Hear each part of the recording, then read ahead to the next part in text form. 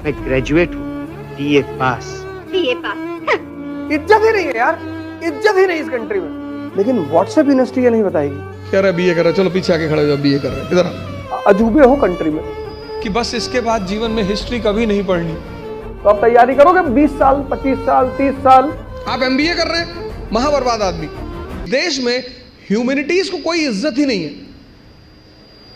अगर आप बीए कर रहे हैं ना इस कंट्री में, तो आपको लोग बर्बाद आदमी समझेंगे।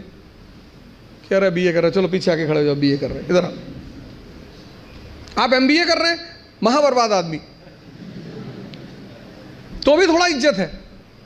साइंस की तो बड़ी इज्जत है, और आईआईटी की तो खैर कहने ही क्या।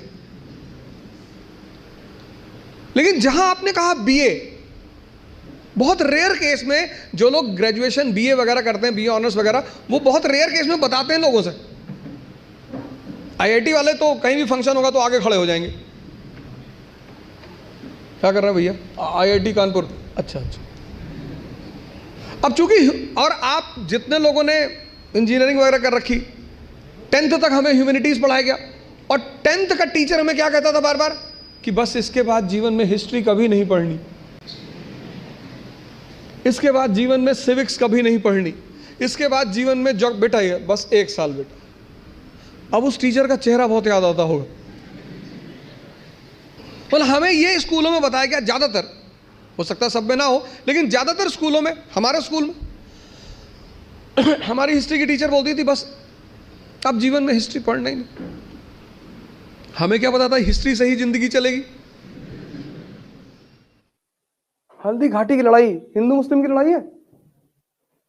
राणा की तरफ से जो उसका तोपची है ना, आर्टिलरी मैन हाकिम खान सूर, राणा सांगा और बाबर की लड़ाई हिंदू मुस्लिम की लड़ाई है।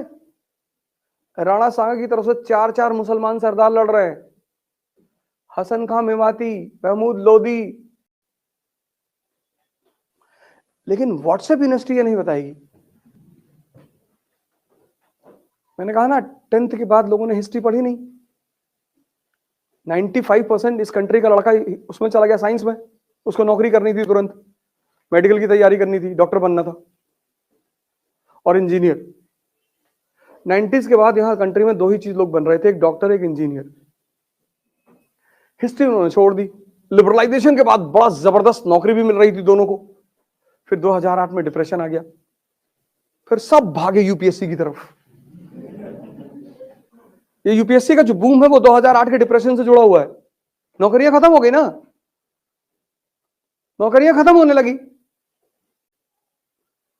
कि आईआईटी कानपुर के लड़कों को लगा कि हम जब 15 घंटा पढ़ ही लेते हैं तो एक राउंड और। आईआईटी के लड़कों का सिलेक्शन क्यों होता है? उसकी सबसे बड़ी वजह यह है कि उनके सेटिंग क्षमता बहुत अच्छी है, उनकी सोचने की क्षमता बहुत अच्छी है। ह्यूमैनिटीज का लड़का जो है वो 1 घंटे में एसी ढूंढने लगता है, गर्मी बहुत लग रही, कहां से हवा नहीं आ रही यार, यहाँ हवा नहीं। उसको पिक्चर हॉल में बैठा दो, वो 6 घंटा बैठा रहेगा वहां। ना उससे गर्मी लगेगी, ना ठंडक लगेगी, ना भूख लगेगी, ना प्यास लगेगी, बैठा रहेगा वो। बस उसके चॉइस की मूवी होनी चाहिए। लेकिन पढ़ाई में वो सब कुछ देखता है कि कमरे का ये यार कलर ठीक नहीं है यार, ये बड़ा दबा सा कलर है, उत्तेजना नहीं पैदा होती। तो आईआईटीएंस की चूंकि हैबिट अच्छी है पढ़ने की, सिटिंग हैबिट अच्छी है, थिंकिंग प्रोसेस भी अच्छा है, और फिर सीसेट ने 4 चांद लगा दिया। प्री उनका निकलना ही था। लेकिन हम हिंदुस्तान में आईएएस की प्रिपरेशन में कहते हैं कि यार एनसीईआरटी पहले पढ़ो। क्यों कहते हैं?